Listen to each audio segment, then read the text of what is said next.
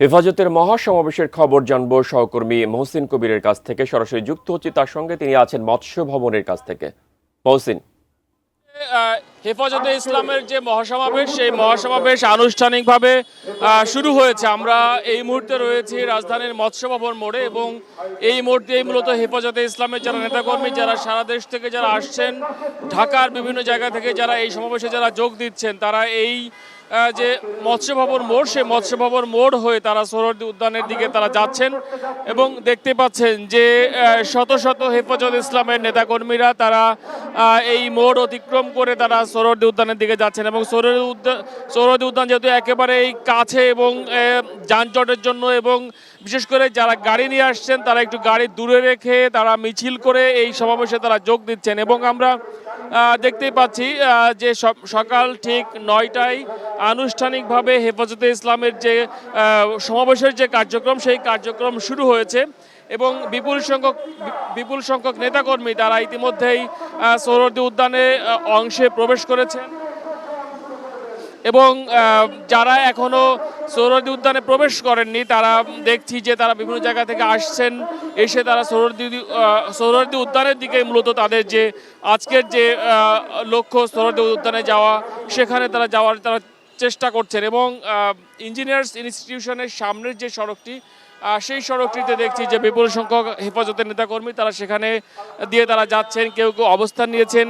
এবং তো সার্বিক যে পরিস্থিতি আমরা সকাল থেকে দেখতে পাচ্ছি যে সকাল ৮টার দিক থেকে হেফাজতে ইসলামের নেতাকর্মীদের এই যে ঢল, সেই ঢল কিন্তু আমরা দেখতে পাচ্ছি। এবং জানেন যে হেফাজতে ইসলামের যে ৪ দফা যে দাবিতে আজকের এই সমাবেশ করছে, তার ভিতরে প্রথম দফা যে নারী কমিশন যে প্রস্তাব দিয়েছে, সেই নারী কমিশনের প্রস্তাবনা বাতিল এবং নারী কমিশন বাতিলের দাবি তারা করছেন।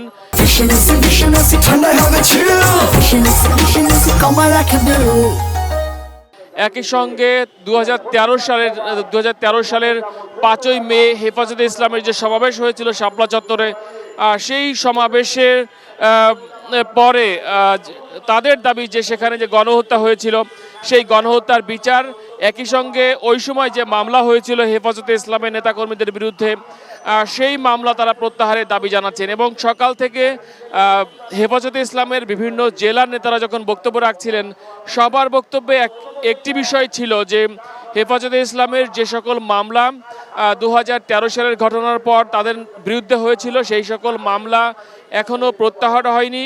অথচ গত এই 8 মাসে যে অন্তর্বর্তীকালীন সরকার দায়িত্ব নিয়েছে 5 আগস্টের পরে, সেই অন্তর্বর্তী সরকারের সময়ে বহু রাজনৈতিক মামলা প্রত্যাহার করা হয়েছে তারা দাবি করছেন।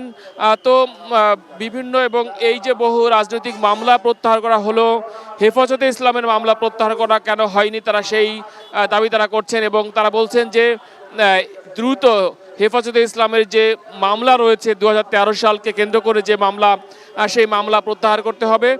এবং একই সঙ্গে ওই সময় তাদের যে দাবি যে ওই সময় যে গণহত্যা হয়েছে, সেই গণহত্যার বিচার করতে হবে। তাদের যে তৃতীয় দাবি সেখানে রয়েছে যে সংবিধানের যে মৌলিক সংস্কারের কথা বলা হচ্ছে, যে সংস্কার কমিশন যে মৌলিক সংস্কারের কথা বলেছে, যে যেখানে ধর্মনিরপেক্ষতার পরিবর্তে বহুত্ববাদ নতুন করে যে একটি প্রস্তাবনা রাখা হয়েছে, তো সেই প্রস্তাবের তারা বিরোধিতা করেছেন। তারা যেমন ধর্মনিরপেক্ষতা চান না, একই সঙ্গে তারা বহুত্ববাদও চান না। তারা সেখানে আল্লাহর উপর পূর্ণ আস্থা এবং বিশ্বাস যেটি আগেও ছিল সংবিধানে, সেই মৌলিক যে বিষয়টি সেটি তারা চান।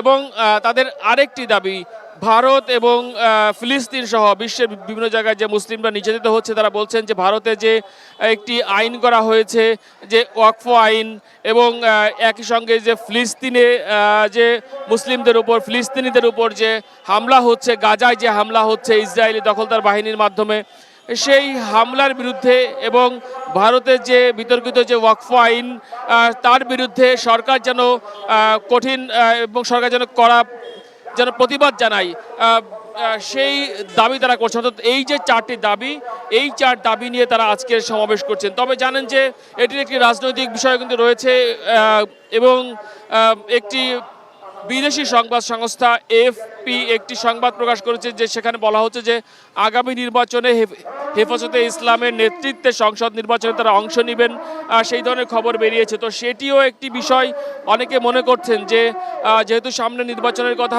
হচ্ছে, নানা ধরনের জোট মহাজোটের কথা উঠছে, তো সেই ক্ষেত্রে হেফাজতে ইসলাম রাজপথে তাদের যে এক ধরনের শক্তি জানান দেওয়া, সেটিও হতে পারে যে এই 4 দফাকে সামনে রেখে হেফাজতে ইসলামের যে রাজনৈতিক শক্তি, সেই শক্তিকে তারা আজকের এই 3 মে তারা এই স্বল্প নোটিসে ঢাকার রাজপথে তারা এই সমাবেশ করে তারা আসলে তাদের যে শক্তিমত্তা সেটি তারা জানান দিচ্ছে। তো সব মিলিয়ে যেটি বলছিলাম যে হেফাজতে ইসলামের এই যে কার্যক্রম, সেই কার্যক্রমের উপলক্ষে পুলিশের পক্ষ থেকে ব্যাপক নিরাপত্তা ব্যবস্থা নেওয়া হয়েছে। আমরা দেখেছি যে ঢাকার মোড়ে মোড়ে কিন্তু পুলিশের চেকপোস্ট বসানো হয়েছে, পুলিশের সতর্ক অবস্থান রয়েছে, এবং একই সঙ্গে সকাল 9টা থেকে দুপুর 1টা পর্যন্ত হেফাজতে ইসলামের এই যে কর্মসূচি, সেই কর্মসূচি দুপুর 1টা পর্যন্ত হওয়ার কথা রয়েছে। তো সকাল 9টায় আনুষ্ঠানিকভাবে শুরু হয়েছে, 1টার মধ্যে শেষ হওয়ার কথা। যেহেতু এখনও সময় রয়েছে, কেবল শুরু হলো, হেফাজতে ইসলামের কেন্দ্রীয় নেতৃবৃন্দ তারাও সেখানে বক্তব্য রাখবেন। নিশ্চয়ই আমরা পরবর্তী সংবাদে সেসব বিস্তারিত নিয়ে আপনাদের সঙ্গে আবারও যুক্ত হতে পারবো।